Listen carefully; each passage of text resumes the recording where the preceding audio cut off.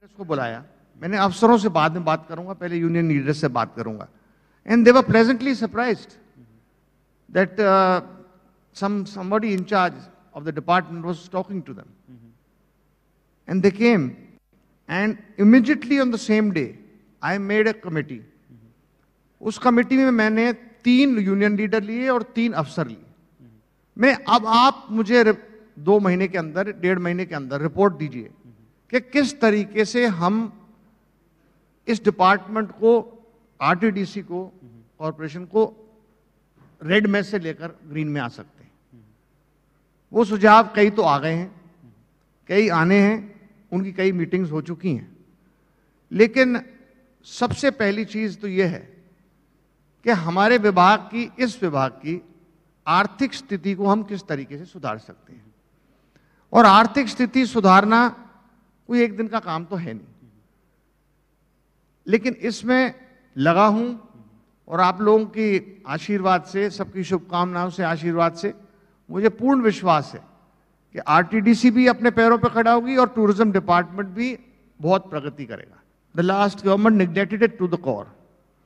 They did not see this department as a department which they should give time to, or at least the last chief minister, and which is a very sad state of affairs.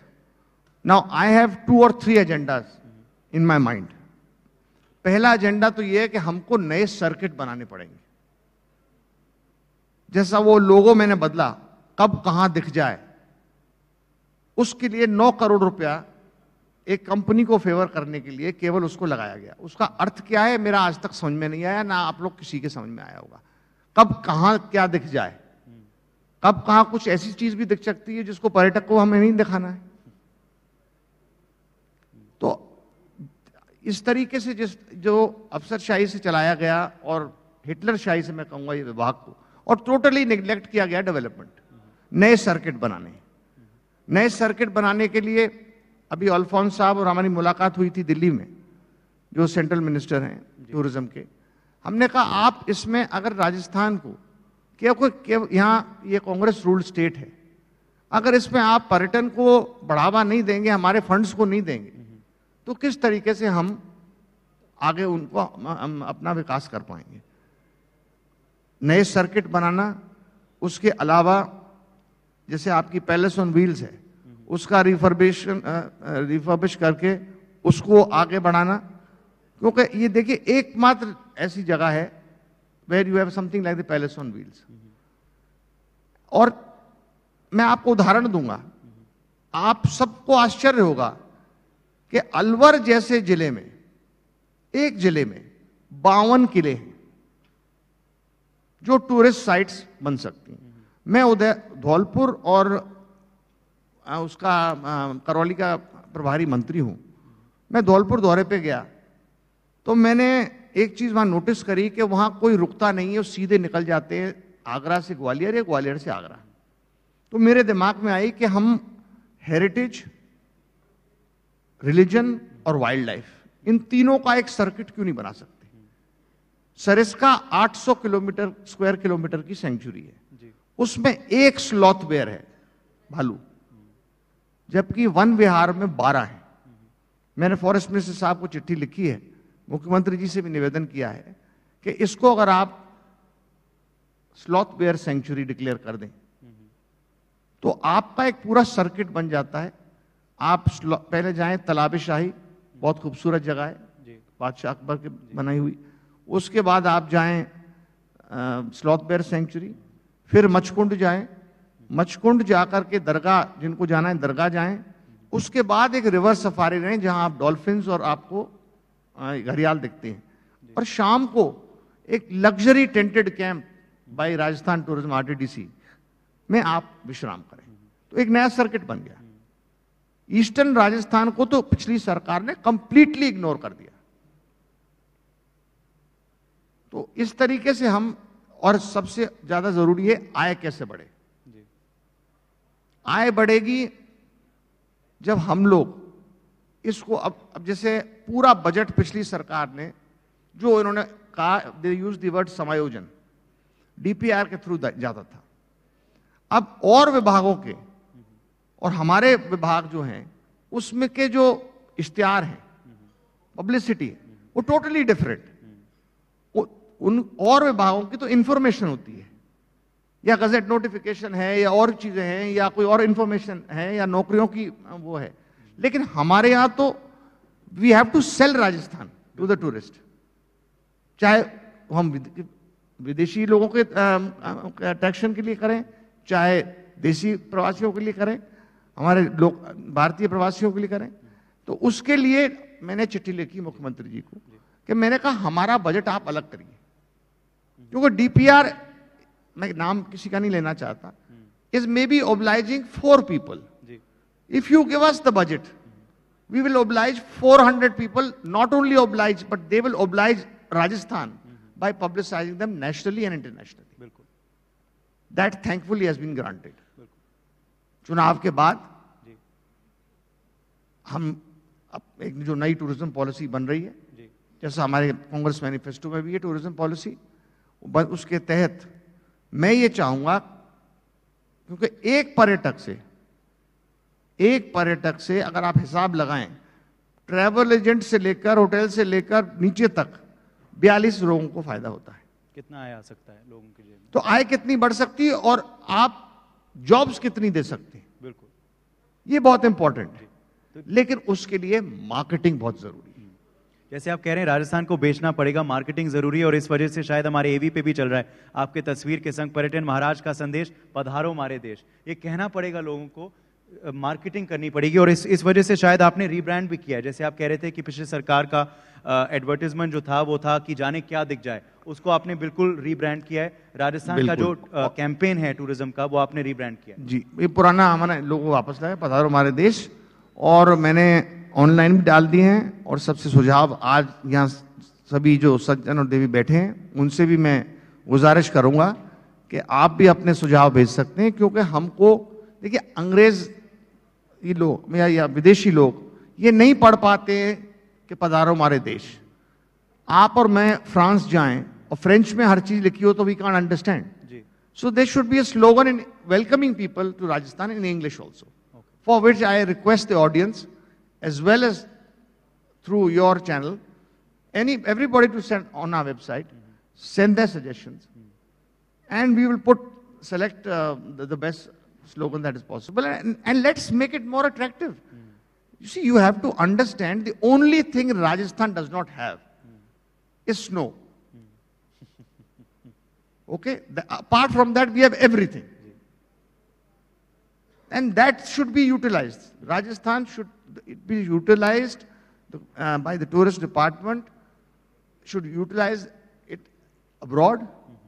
Our USP, the heritage we have, the wildlife we have, the desert that we have, and various sites which are undiscovered need to be discovered and put on the tourist map.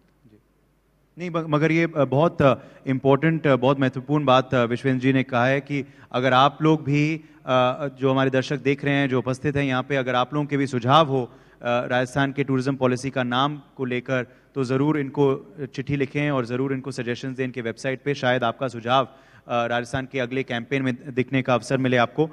मगर आप कह रहे थे विश्वेंद्र जी कि आपने सरकार को भी अप्रोच किया है, सरकार के संग मीटिंग भी हुई है, केंद्र सरकार के संग। क्या अब तक केंद्र और राज्य सरकार का सहयोग ठीक ठाक है? मोदी सरकार, गहलोत सरकार और आपको सहयोग दे रहे हैं या? देखिए, अल्फोंस साहब बहुत इस मामले में इंटरेस्ट ले रहे हैं टूरिज्म में, लेकिन अभी क्योंकि चुनाव चल रहा है और अगली सरकार किसकी बननी है अभी कुछ पता नहीं। लेकिन डिस्कशंस सारे हो चुके, हमारे अफसरान के बीच और उनके अफसरान के बीच, और सारी चीजें तय हो चुकी हैं। अब मुझे एक ही बात का डाउट आता है, अगर यहां राजनीति नहीं आनी चाहिए बीच में। देखिए, पर्यटन एक ऐसा विभाग है जिसमें राजनीति से अपन को ऊपर उठना है। यह पर्यटन एक ऐसा मामला है जिससे राजनीति नहीं होनी चाहिए।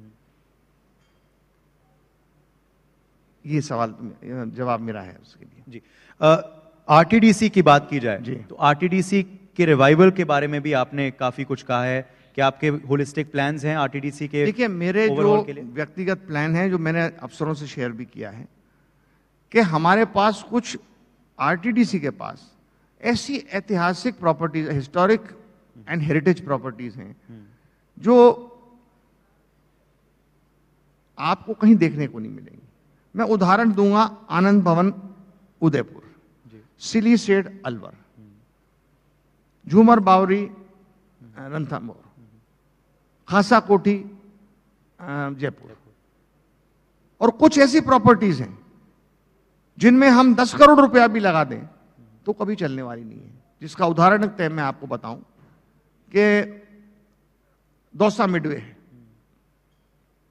आज आप दौसा मिडवे की हालत देखें तो आप वहां, उसमें तो खैर बंद पड़ा है वो, और जब तक हम लेकिन उस लैंड की वैल्यू बहुत है। ओपन ऑक्शन करके, ऑनलाइन ट्रांसपेरेंसी हो, कैबिनेट इसको पास करे, ट्रांसपेरेंसी हो जिससे किसी पर इल्जाम नहीं लगे, और ओपन ऑक्शन करके उन पैसों को हम इन प्रॉपर्टीज में क्यों नहीं लगा सकते जो प्लेसेस लाइक खासा कोठी। इमेजिन अगर आज खासा कोठी को हम 5 स्टार लेवल पर ले आए तो कितनी आय बढ़ेगी टूरिज्म डिपार्टमेंट की, आरटीडीसी की या कॉर्पोरेशन की। तो this is what I intend doing, and we may lease out some properties, which why not, open auction lease out करेंगे।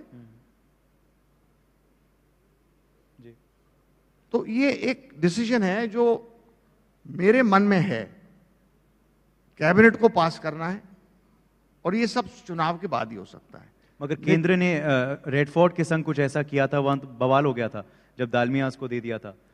देखिए, अपन पॉलिटिक्स, जैसे मैंने कहा, इसमें पॉलिटिक्स नहीं होनी चाहिए। या तो केंद्र सरकार और राज्य सरकार मिलकर के इतना पैसा रखें कि ये प्रॉपर्टीज चल सके। जो प्रॉपर्टीज चल ही नहीं सकती उन पर हम पैसा क्यों बांटे। आज ये हालत है कि कल मीटिंग हुई अफसरों की और 11 सीएस के यहां, और 11 करोड़ रुपए सैंक्शन हुए, जो पहले सैंक्शन हो चुके थे वो ट्रांसफर हुए हैं, जिससे कि हमारे जो रिटायर्ड एम्प्लॉइज हैं उनके पेंशन बेनिफिट्स हम दे सके। हम आज बात कर रहे हैं 21वीं सदी में, आज 7th पे कमीशन की बात आज हो रही है 2019 में। हम तनख्वाह नहीं दे पा रहे अपने कर्मचारियों को। तो इन चीजों के लिए ड्रास्टिक स्टेप्स तो लेने पड़ेंगे और बोल्ड स्टेप्स लेने पड़ेंगे, और कंट्रोवर्सीज होंगी, लेकिन कंट्रोवर्सीज के लिए जवाब है मेरे पास। बिल्कुल जी। आप लेकिन आप लोगों का सहयोग बहुत जरूरी है, मीडिया का। बिल्कुल। और जो यहाँ साहिबान विराजमान हैं या जो यहाँ देवियां बैठी हैं, उन सब का, प्रत्येक नागरिक का ये कर्तव्य बनता है। मैं मानता हूं कि हमको पर्यटन को राजनीति से दूर रखकर पर्यटन को ऊपर लाना चाहिए, जिससे कि हम रोजगार दे सके, हमारा जो इतिहास है उसको पेश कर सके दुनिया के सामने, देश के सामने, और जो इतिहास छुपा हुआ है उसको भी उजागर करके उसको आगे ला सके। जी। अच्छा, काफी मैंने आपके बारे में पढ़ा भी है, रिसेंटली आप सरप्राइज चेक मंत्री बन गए हैं, कि आश्चर्यचकित कर देते हैं अफसरों को, सरप्राइज दे देते हैं, नाहरगढ़ किले चले जाते हैं या आमेर किले चले जाते हैं या और जगह चले जाते हैं, to surprise them and to see कि क्या खामी है, और इससे शायद और सुधार भी आएगा। क्या ये आपका एक स्ट्रेटेजी है? देखिए, ये मैंने जो स्ट्रेटेजी अपनाई, ये इसलिए अपनाई कि जब अगर आप कह के जाओगे तो हर चीज आपको सही मिलेगी, बिना कहे जाओगे तो आपको चीजें ऐसी मिलेंगी जो वास्तव में आम आदमी को दिखती है। जी। और आम आदमी की तरह जाता हूं, सर्वे करता हूं, देखता हूं जो सुधार हो सकते हैं उनको सजेशन देता हूं, और कुछ सुधार तो इमीडिएट कराएं। लेकिन इसमें कोई ऐसी बात तो नहीं है कि जो अगर सब मंत्री करने लगे अच्छा रहेगा। मेरा तो ये सुझाव है। जी। क्लीनलीनेस की भी आपने काफ़ी बात की, क्योंकि जब आप एक सरप्राइज चेक पे गए थे किले पे तो वहाँ काफ़ी गंदगी भी थी, जिसके बारे में आपने अफसरों को अवगत करवाया। पूरे देश में एक मुहिम सी छिड़ गई है स्वच्छ भारत को लेकर। क्या आपको लगता है कि स्वच्छता से ही पर्यटन भी बढ़ेगा? पर्यटक आएंगे, स्वच्छ शहरों को देखेंगे तो वो और खुश होंगे और लोगों को बताएंगे। देखिए, हम बात करते हैं स्वच्छ भारत की। मैं तो आपको जिस दिन आमेर में गया, नाहरगढ़ गया था, जहां से चढ़ाई शुरू होती है वहां से लेकर के और किले तक दोनों साइड रोड के अगर आप जाएं तो केवल आपको प्लास्टिक और शराब की खाली बोतलें मिलेंगी। बहुत शर्म की बात है, बहुत शर्म की बहुत शर्मनाक बात है। और उसी दिन मैंने रिक्वेस्ट करी विभाग से कि आप अपने सफाई अभियान आप खुद भी चालू करें। हम अभी नहीं जा रहा मुझसे कि आज बहुत से बड़े बड़े मंदिर हैं, गोविंद देव जी ट्रस्ट है, खाटू श्याम जी ट्रस्ट है, गणेश जी का ट्रस्ट है, मोती डूंगरी, करौली ट्रस्ट है, इन ट्रस्टों या बालाजी ट्रस्ट है। आप इन ट्रस्टों पर क्या कंट्रोल है किसी का? कितना चढ़ावा आ रहा है, कितना लगाया जा रहा है दर्शनार्थियों की सुविधा के लिए? क्या इंतजाम किए जा रहे हैं? मैं बालाजी गया दर्शन करने, बालाजी दर्शन करके जब प्रेतनाथ के ऊपर दर्शन करने गया तो सीढ़ियों पर इतनी इतनी गंदगी जमी हुई थी, बाजार में पूरी गंदगी। अरबों रुपया कमा रहे हैं। What is their contribution apart from their own self? What is their contribution to society? अगर बालाजी ट्रस्ट, मैं एक एग्जांपल ले रहा हूं, अगर वो कहते हैं हम इतने, अगर वो स्कूल्स खोलें, डेफ एंड म्यूट बच्चों के लिए स्कूल्स खोलें, हॉस्पिटल्स खोलें, दिखाने के लिए खोल रखे हैं, लेकिन वास्तविकता में क्या है, इन पर अंकुश नहीं जब तक लगेगा जब तक कम से कम मैं सेटिस्फाइड नहीं होगा। मुझे पता नहीं आप लोग क्या समझ रहे हैं। जी, अकाउंटेबिलिटी होनी चाहिए। एब्सोल्युटली अकाउंटेबिलिटी क्यों नहीं हो? पैसा आ रहा है, लोग दर्शनार्थी चढ़ा रहे हैं, दर्शनार्थी आता है तो अपनी श्रद्धा से आता है।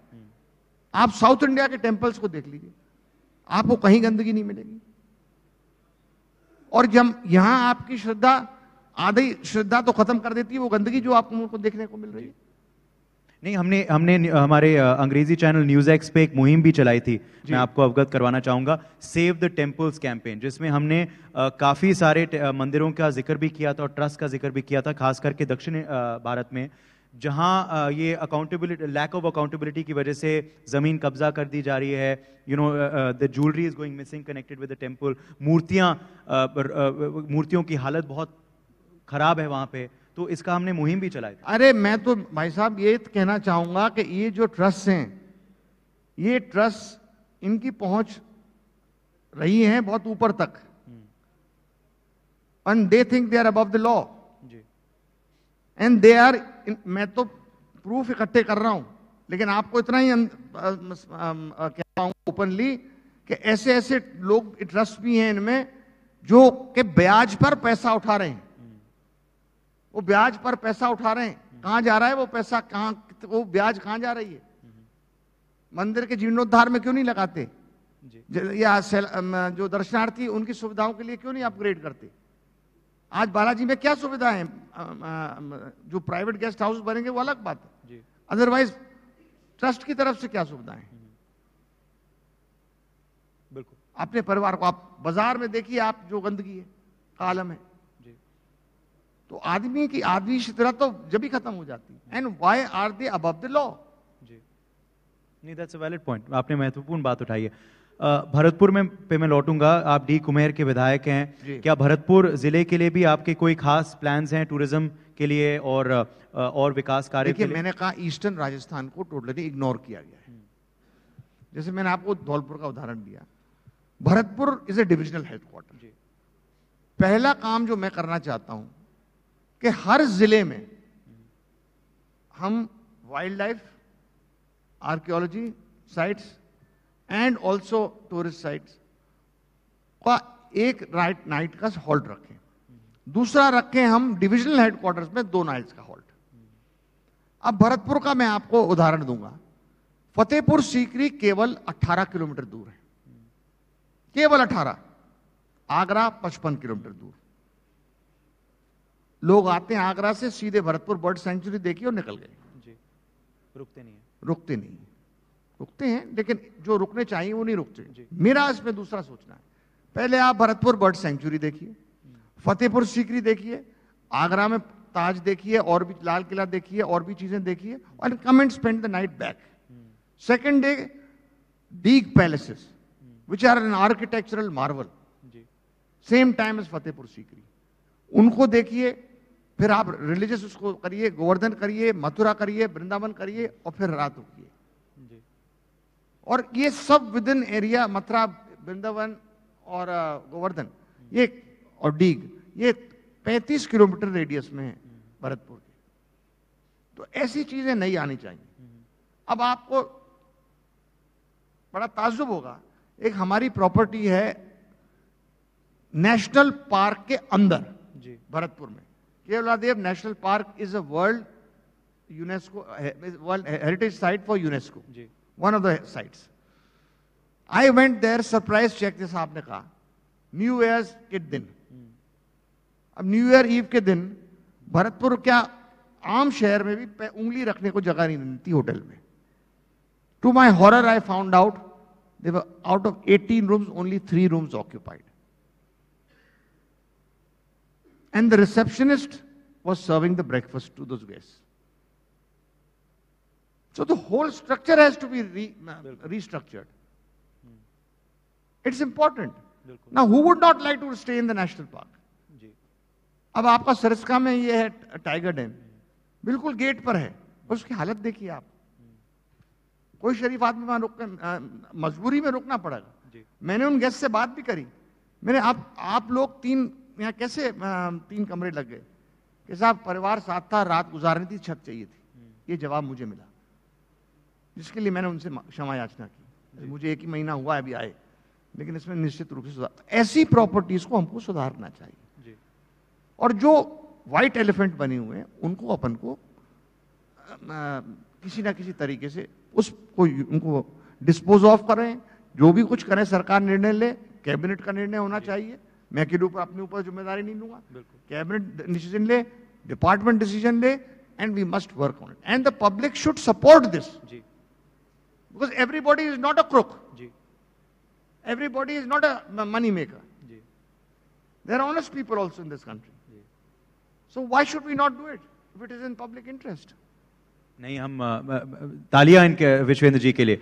बहुत नेक विचार है उनके, और जनता को और मीडिया को भी, जैसे आप कह रहे थे, सहयोग देना पड़ेगा आपका और साथ देना पड़ेगा. और हम जरूर तैयार हैं आपके इस मुहिम को साथ देने के लिए, राजस्थान टूरिज्म को और ऊंचाइयों तक पहुंचाने के लिए. मगर भरतपुर का जिक्र किया आपने, तो शायद 36 घंटे अब हो गए हैं कि कांग्रेस पार्टी ने एक उम्मीदवार का नाम ऐलान किया है. भरतपुर में क्या स्थिति है कांग्रेस पार्टी की? क्या आप सीट? देखिए, भरतपुर में स्थिति नए प्रत्याशी को दिया है. He is a very well educated, retired income tax commissioner, and he's a Jata, a very decent man, and who can represent, if he gets selected, which he will, from Bharatpur with everybody's good wishes, he will represent us in Parliament and put our points across in the fashion which should be put across. That is why I'm doing their job. अब media उसको कई बार लिख देता ना 2 engine की गाड़ी. Now, where is the 2 engine? The chief minister is the chief minister, the deputy chief minister, the deputy chief minister. And this is not only in Rajasthan, in several states, in UP, they have 2 the deputy chief ministers. वहाँ क्या 3 engine की गाड़ी है? So this is what I'm trying to say. आपके सफर को आप कैसे देखते हैं? आज आप मंत्री हैं, जैसे मैं कह रहा था, सक्षम मंत्री हैं, वरिष्ठ मंत्री हैं सरकार में. आप विधायक रह चुके हैं, सांसद रह चुके हैं इससे पहले, तो आपका राजनीतिक सफर को आप उदय भाई, it's been a long journey. I started my political career at the age of 25. I was Zilla Pramukh. Now, Zilla Pramukh, being a Zilla Pramukh, taught me grassroots politics. How to connect with the people, the common man. Then I got elected immediately. I was one of the youngest MPs in '89. So it's been a journey of 31 years. Several terms of MLA, MP-ship, then MLA-ship. And my wife has also been MP and MLA, as you know. And so it's been a long journey. But the only thing is that now, after 31 years of politics, I have a chance to do something for the people of Rajasthan. And that is my main motive. And I want to do that job with honesty ईमानदारी के साथ करना चाहता हूं और उस काम को दिल से और जनता के भले के लिए करना चाहता हूं। इसीलिए मैं आप सबसे, आप लोगों का आशीर्वाद और मदद भी मांग रहा हूं। जी, क्या यही सबसे खुश मौका था जब आप मंत्री बने? What is been your high in your political career so far? This No, I was responsibility as advisor also. I was cabinet rank. That is, see, the highs and lows are not a matter. The matter after 31 years when you've been in politics, yes, it is a high when you become minister, but then you can't be on a high all the time. You have to work. Your work should show. If your work does not show, then where is the high? It may be in your mind. And I want my departments to be on a high, not me. I want the departments to be on a high. I want Rajasthan as tourism to be on a high. Why not? And the people of Rajasthan should be on a high. That we have such a we have transformed tourism. And we have such a glorious history. And glorious glimpses are being shown about Rajasthan. Why can't we do that? अगर आपको choice मिलता तो आप यही मंत्रालय चुनते, यही विभाग चुनते? See, whatever job I am assigned, I do it with full sincerity. And I do it with a very firm hand. There have been a couple of examples which I don't want to repeat on stage, which has been in the press regarding the department, and I take firm decisions. But before taking them, मैं जनता से भी, आम आदमी से भी, किसी पान वाले से भी, चाय वाले से भी राय लेकर के जब आगे कोई निर्णय लेता हूं। आप आम आदमी की भावना को नहीं समझेंगे तो आप केवल, ठीक है, आप अपने आप को मंत्री समझें, लेकिन उसका कोई अर्थ नहीं निकलता। जैसे आप कह रहे थे कि ऊंचाइयां काफी हुई हैं आपके राजनीतिक सफर में, एनी रिग्रेट्स? जी, एनी रिग्रेट्स जब आप, when you look back? There is one regret, and that regret is, which I don't think is a regret. It is only in people's minds. A lot of people have told me, my friends, that I have not done enough chamchagiri, and I don't intend doing it. That is not a regret. But a lot of people say, अगर आप थोड़ी भी चापलूसी और करते तो आप बहुत आगे बढ़ जाते। वो मेरे बस का नहीं। मैं इज्जत दे सकता हूं, सम्मान दे सकता हूं सब, और देता हूं सब, लेकिन जिसको कहते हैं ना ओवर्टली जाके अपने आप को मैं पुश करूं, दिखाऊं और एक नकलीपना दिखाऊं जनता में, वो मेरे बस की बात नहीं। अब मेरे ख्याल से पॉलिटिकल ग्रिलिंग बहुत हो गई।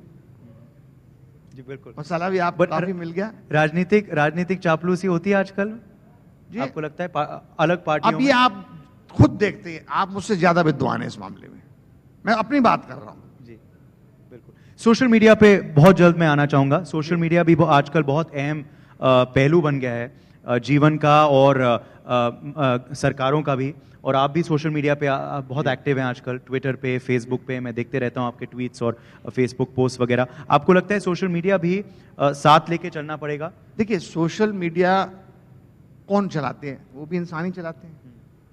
मीडिया भी इंसान, प्रिंट मीडिया भी इंसान चलाते हैं, और आपका इलेक्ट्रॉनिक मीडिया भी इंसान चलाते हैं। जब मैंने कहा सबका आशीर्वाद मांगा है, और media means every media, whether it's social media, electronic media, or it's print media, then everybody should, because if we are doing something for the betterment of Rajasthan, I think everybody should contribute. Why not the social media? Now, a very small gesture I'll tell you. I went to this property to inspect again, suddenly in Nahargarh, which is called Sunset Point, and we have this Padav property there. So I made certain changes there. I said, look, this fort has a fabulous history. We have a fabulous restaurant here. But the restaurant next door is doing better, which is on our property, than ours. Why? Because we are not being reciprocal enough to the guests, or more welcoming to the guests. I said, make out a small brochure on the history. And any visitor visiting an Nahargarh, or where, or any of our sites, present them with a brochure.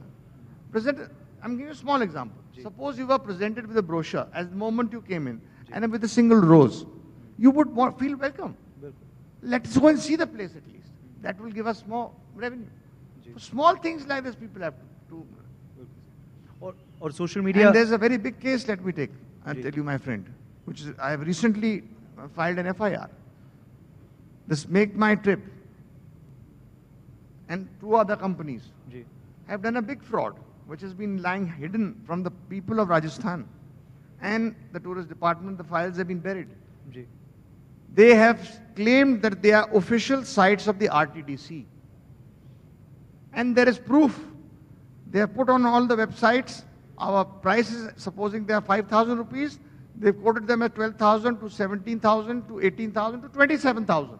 Some rooms, which we have no rooms above a certain thing. 27,000 is unthinkable. And then what they do is they write sold out, sold out, sold out, sold out, sold out. So I have filed an FIR. They have to give compensation. The compensation has to be given in front of the press, and that money they've made us a loss of over 2.5 crores. That money should be put into, I'm giving you an example, refurbishing the Palace on Wheels. Why should people not be punished who are cheating the government? Or cheating anybody for that matter? Not many people know about it. They came to see me, I said, yes, I will go to the press if you don't settle with the department and pay our losses. So things like this have to be done. You have to dig deep into the thing. Probably the corruption file will be the last under a file of 150. So I've told the officials also. अफसरों को भी मैंने कहा है. मैंने कहा अब होश के दिन आने आ गए. मैंने होश में आ जाओ आप लोग. और होश में आना पड़ेगा. और जनता को भी हम लोग निवेदन करेंगे कि हम लोग जितने जो प्रयास कर रहे हैं, मैं जो प्रयास कर रहा हूं, उसमें अगर जनता का आशीर्वाद मिलता है, इससे बड़ा हमारे लिए कोई मदद नहीं हो सकती. जी बिल्कुल. और जैसे आप कह रहे थे कि सोशल मीडिया से भी काफी सुझाव भी आते हैं. बिल्कुल आते हैं. जिनको आप अपनाते भी हैं, जिनको आप देखते भी हैं. आप कोशिश कर, मैं तो सबसे बात कर, आम आदमी से बात करने वाला आदमी. जी एक अहम सवाल ये उठता है फिर, जैसे आप कह रहे थे कि टूरिज्म विभाग को इतना इंपॉर्टेंस नहीं दिया गया, देवस्थान विभाग को इतना इंपॉर्टेंस नहीं दिया गया पिछली सरकार में. क्या आपको लगता है उसकी वजह शायद पिछली सरकार के पर्यटन और देवस्थान मंत्री थे, मुख्यमंत्री भी थी? देखिए, मुख्यमंत्री, हर डिपार्टमेंट, कोई भी जिम्मेदारी किसी डिपार्टमेंट की होती है, वो ऑटोमेटिकली मंत्री और मुख्यमंत्री पर जाती है. आज मेरा डिपार्टमेंट अगर सही तरीके से काम नहीं कर रहा है तो ये एक सीधी जिम्मेदारी मेरे ऊपर है, और क्योंकि मैं मंत्रिमंडल का सदस्य हूं तो मुख्यमंत्री जी पर भी आएगी. तो ऐसा काम ही क्यों करो जो जिम्मेदारी अपन डरे किसी जिम्मेदारी से, और सबको जिम्मेदारी अपनी निभानी चाहिए. चलिए, समय की पाबंदी है. एक आखिरी सवाल मैं जरूर पूछूंगा विश्वेंद्र जी से, मगर 1-2 सवाल मुझे कहा गया है कि ऑडियंस से भी लेने हैं. जी प्रताप जी. विश्वेंद्र जी नमस्कार. जी नमस्कार साहब. विश्वेंद्र जी, अभी आपने कहा कि किले, बावड़ियाँ और महल ये हमारे पास बहुत हैं, लेकिन दुनिया का पर्यटन सिनेरियो बदल रहा है. नई पीढ़ी अब केवल किले बावड़ियों तक नहीं रहना चाहती है, कुछ नया चाहती है. और राजस्थान के पर्यटन में पिछले लंबे समय से कोई नया तरह का पर्यटन पे इन्वेस्टमेंट नहीं हुआ है. कब तक हम किले, बावड़ियों और इन मॉन्यूमेंट्स के सहारे अपने पर्यटन को जिंदा रखेंगे? देखिए राव साहब, आपने बड़ा अहम सवाल उठाया, लेकिन मैं जो आपको अभी निवेदन कर रहा था कि आजकल की जो जनरेशन है, दे वांट फ्यूजन.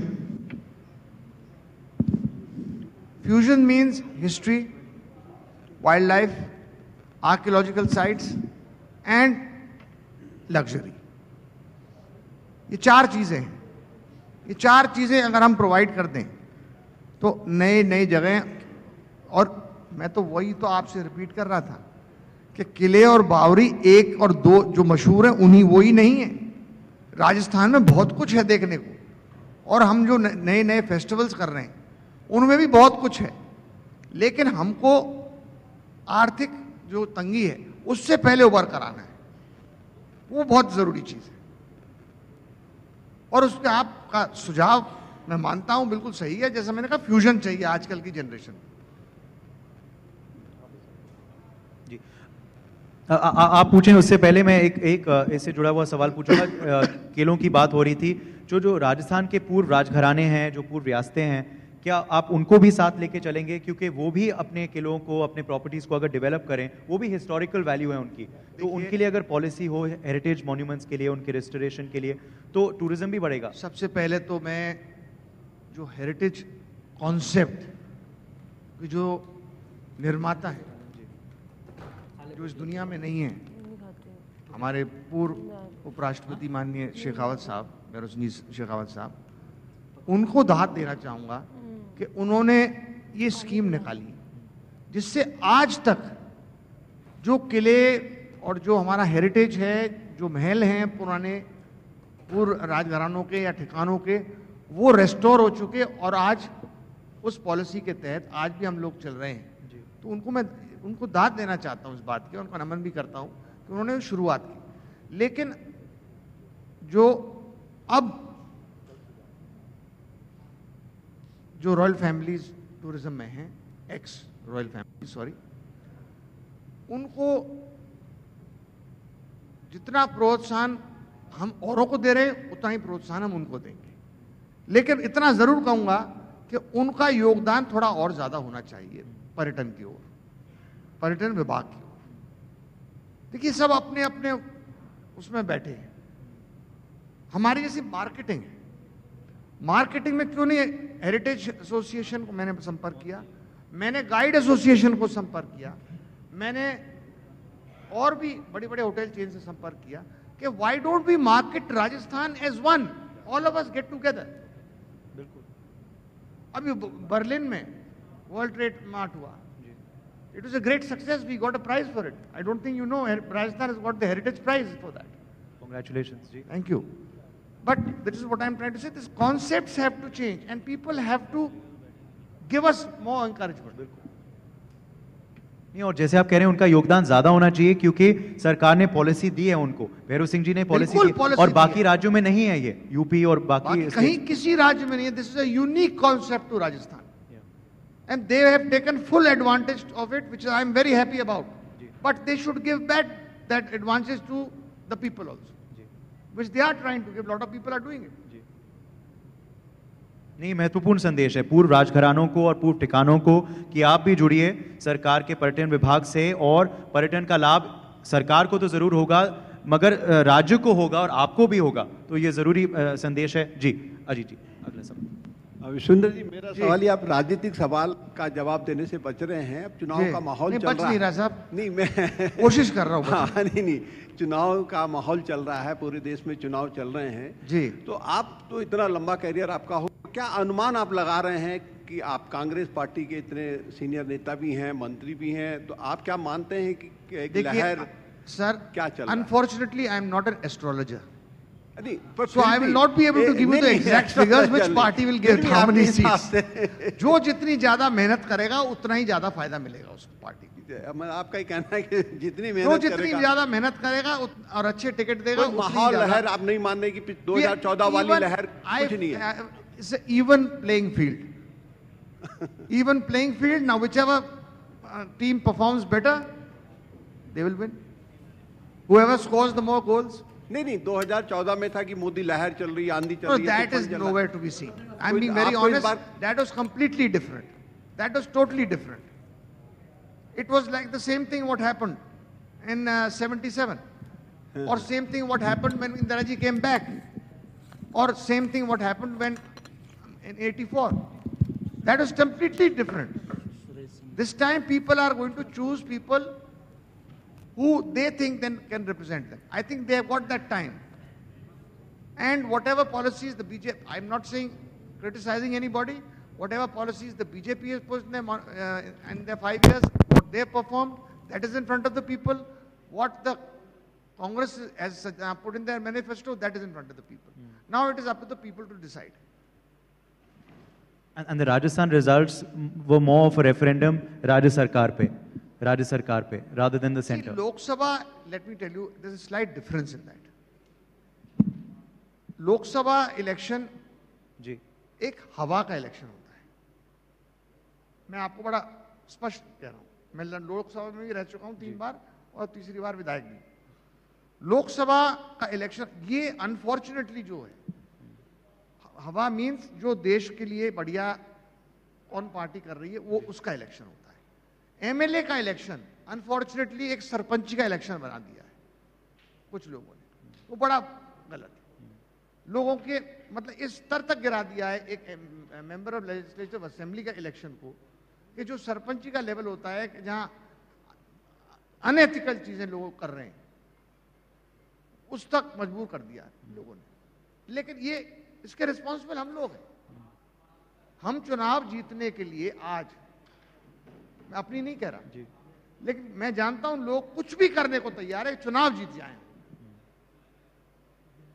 तो वो सिस्टम गलत है जी। उस सिस्टम पर रोक लगनी चाहिए और रोक उस पर जनता ही लगा सकती है।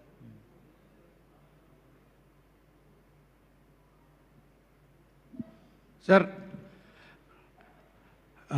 सबसे पहले माननीय पर्यटन मंत्री जी की विवाह की धन्यवाद। और जिस तरह से उन्होंने मंदिरों के बारे में बताया, जो ट्रस्ट बने हुए हैं उसके ऊपर उनके बेबाक सोच, और इस अल्प समय में उन्होंने बिना सूचना किए हुए जितने आरटीडीसी के उनको देखा है, उन सबको मैं नमन करता हूं और इस सदन से गुजारिश करता हूं कि ये ऐसे बेबाक पर्यटन मंत्री भरतपुर महाराज साहब के लिए जोरदार तालियों से एक बार स्वागत करें।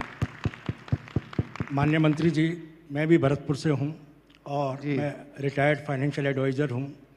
डेफिनेटली आपने जनता से सुझाव मांगे हैं। मैं भी पर्यटन विभाग की आय बढ़ाने के सिलसिले में आपको अपने सुझाव निवेदन करूंगा। पधारे, कभी भी आपका घर है। दूसरा, माननीय मंत्री जी, जैसा आपको मालूम ही है कि पिछली सरकार में भी पर्यटन मंत्री भरतपुर से ही थी, लेकिन भरतपुर में गंगा मंदिर, लक्ष्मण मंदिर, जैसे अपने पुष्कर में ब्रह्मा जी का मंदिर है, मेरा मानना है शायद लक्ष्मण मंदिर भी राजस्थान में सिर्फ भरतपुर में ही है। और डीक के महल जो चारों तरफ पानी से हैं, और सुजान गंगा जो लोहागढ़ आप ही की विरासत, आप ही की हेरिटेज है, वो मेरा आपसे निवेदन है कि इस ओर भी आप पूरा अपना ध्यान दें। देखिए, मैं आपको सूचना करना चाहूँगा क्योंकि आप भरतपुर वासी हैं और सदन को भी सूचित करना चाहूँगा कि अपना जो बिहारी जी का मंदिर है, जो बिल्कुल जीर्ण हालत में था, उसमें विकास कार्य चल रहे हैं। दूसरा, आपके गंगा मंदिर में भी जो यूनिक चीज़ है, देखिए भरतपुर के रूलर्स ने बहुत यूनिक चीज़ करी। सोशल हार्मनी के लिए उन्होंने, आप कभी भरतपुर में, आपको इनवाइट तो कर रहा हूँ सभी को, आपने इतनी खूबसूरत मस्जिद नहीं देखी होगी। मेरे ख्याल से सैंडस्टोन की one of the most beautiful mosque in Rajasthan is in Bharatpur and next to it is the temple, Ganga मंदिर, गंगा जी का मंदिर। गंगा जी का मंदिर भी बहुत कम मिलेंगे। हम कर रहे हैं कोशिश, लेकिन इसमें एक समस्या आ रही है, जो जैसे आपने कहा, जो मेरे सामने है कि मेरे पास पुरातत्व और आर्ट एंड कल्चर, ये अभी नहीं है, ये टूरिज्म ही अकेला रह गया। तो और देवस्थान, तो देवस्थान का पैसा जो मंदिर में लग रहा है, वो जो कि आर्कियोलॉजिकल साइट है, उसके ठेकेदार पर मेरा कोई अंकुश नहीं। तो इसीलिए मैं सामंजस्य बैठा रहा हूं सबसे कि हम लोग सब ये तीनों चारों डिपार्टमेंट्स मिलकर काम करें